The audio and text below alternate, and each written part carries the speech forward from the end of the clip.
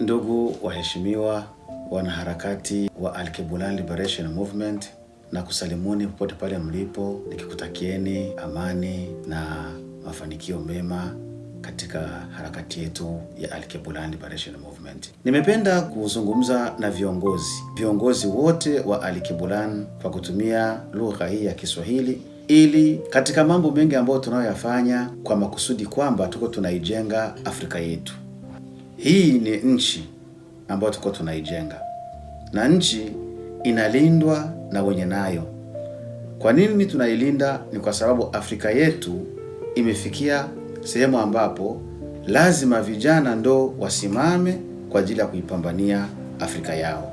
Tulitegemea kwa muda mrefu kwamba viongozi wanaoongoza daula za Kiafrika kwamba ndio wanaoweza kuipigania Afrika ili wapate kuiweka sehemu moja, lakini tukakuta kwamba hakuna kinachoendelea isipokuwa tu ni mazungumzo yao, na hakuna wanachokifanya ili Afrika yetu ipate kudhibitiwa na kulindwa, hususan kuhusu mali zetu za asili na mambo mengi ambayo mkoloni aliyaharibu katika maisha yetu ya kila siku.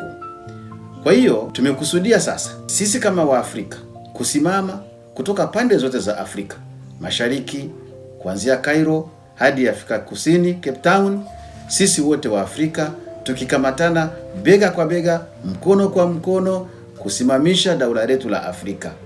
Kwa hiyo ninatoa ujumbe huu kwa viongozi wa bara letu hili la Afrika, watusikilize na waturuhusu vuguvugu letu ili tupate kulisimamisha, na wao wafungue macho waone kwamba vijana wameamka, na kama vijana wameamka, wamekusudia kuipigania bara lao la Afrika, viongozi wetu ambao ndio viongozi ambao wanatawala daula zetu za Afrika waoneko mfano kwamba hawa vijana wanaosimama ndio vijana pekee wanaoweza kulipigania bara la Afrika.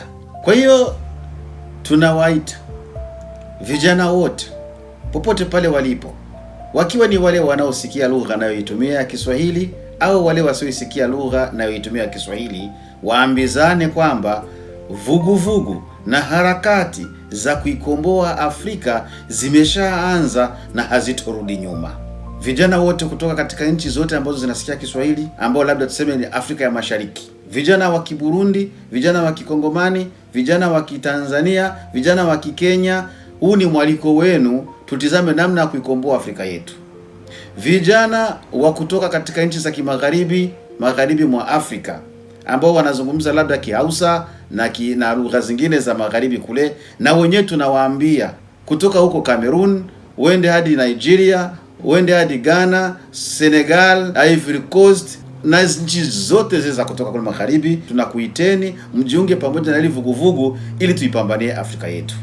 Tukienda kaskazini, vijana wa Libya, vijana wa Algeria na hizo nchi zote za kaskazini, wote tunakualikeni ili mpate kusimama na ninyi, tujiunge pamoja, tuikomboe Afrika yetu. Vijana kutoka kusini mwa Afrika ambao ni Zimbabwe, Botswana, Namibia, Swaziland na Malawi, Mozambiki na Afrika Kusini na Lesotho, wote tujiunge pamoja na ili vuguvugu ili tupate kuikomboa Afrika yetu. Tizama namna bara linaumia na tuko tunatizama. Hakuna kitu kinachofanyika isipokuwa tu hata viongozi wetu wanatuchonganisha, hatupendani tena, tunabaguana. Afrika imekuwa shamba la mapambano, Afrika imekuwa shamba la ugomvi, na tunapoteza focus. Badala ya kuungana na kuipigania Afrika yetu, tunaendelea kukubali kulumbana na kuisambua Afrika yetu. Hakuna harakati zilizoweza kusimama zikasema tusimame tupiganie Afrika yetu isipokuwa harakati za Al-Kibulani Liberation Movement. Kwa hiyo vijana, ndugu zangu, simameni, ni wakati huu, tuseme is now or never. Asanteni.